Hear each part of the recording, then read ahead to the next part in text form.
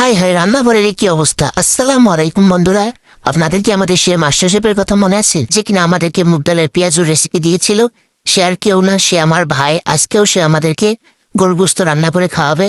আমি তো রান্নাঘরে এসে দেখি সবকিছু হুলস্থুল টানলেও সে রান্না করার জন্য প্রস্তুতি নিচ্ছে। আমি তো আর ভিডিও করার লোক সামলাতেই পারলাম না, দ্রুত ফোন নিয়ে চলে আসলাম। এসে ভিডিও করা শুরু। এই যে দেখুন, সে টুরি মনে মেরে পেঁয়াজ রসুন সবকিছু কেটে নিচ্ছিল, মশলাগুলো কেটে নিচ্ছিল। কিন্তু এই যে মাস্টার শেফের অবস্থাটা দেখুন, সে কিন্তু কষ্ট করে সবকিছু করছিল শুধুমাত্র আমার ভিডিওগ্রাফির জন্য।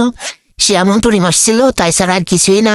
আসলে অনেকে মাস্টার শেফকে দেখতে চাচ্ছিল, কিন্তু সে কোনো রকম ভাবে ভিডিও করতে দেবে না। তাও আমি একটু চুরি করে ভিডিও করেছিলাম। এরপর দেখুন, সে সবকিছু সুন্দর করে কেটে দিয়ে গোছগাছ করে নিল। তারপরে আমরা রাইস কুকারে রান্না করব, তাই সে রাইস কুকার হাঁড়িটা বসিয়ে দিয়ে আগে গ্যাসের মশলাটা কষিয়ে মাংসটা কষিয়ে নিবে, তারপরে রাইস কুকারে আবার বসিয়ে দেবে। তার জন্য প্রথমে পেঁয়াজ রসুন সুন্দর করে ভেজে নিয়ে তার মধ্যে কল মশলা দিয়ে দিল, দিয়ে একে একে বাটা মশলাগুলো দিয়ে গরুর মাংস দিয়ে সুন্দর করে কষিয়ে নিবে। কষানোর পর আবার রাইস কুকারে বসিয়ে দেবে। আসলে সামনে কোরবানির ঈদ, তাই ভাবলাম আমাদের মাস্টার শেফের রেসিপিটা যদি আপনাদের কোনো কাজে আসে, তাই আপনাদের সাথে শেয়ার করলাম। তারপরে সে একটু বাইরে চলে গিয়েছিল, রাইস কুকারে বসিয়ে দিয়ে আবার দ্রুত তাড়াহুড়ো করে এসে বলছিল আমাকে, এই রসুনগুলো কি দিয়েছিস? আমি বললাম না, আমি তো দিইনি।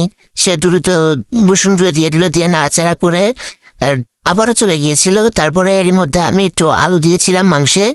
তারপরে সে এই যে সুন্দর করে চামচ দিয়ে নাড়িয়ে নাড়িয়ে আসলে রসুন খুঁজছিল, কিন্তু দুর্ভাগ্যক্রমে রসুনগুলো সবই গলায় মাংস চুলের সাথে মিশে গিয়েছিল। কিছুই করার নেই। তারপরও মাংসটা অনেক সুস্বাদু হয়েছিল।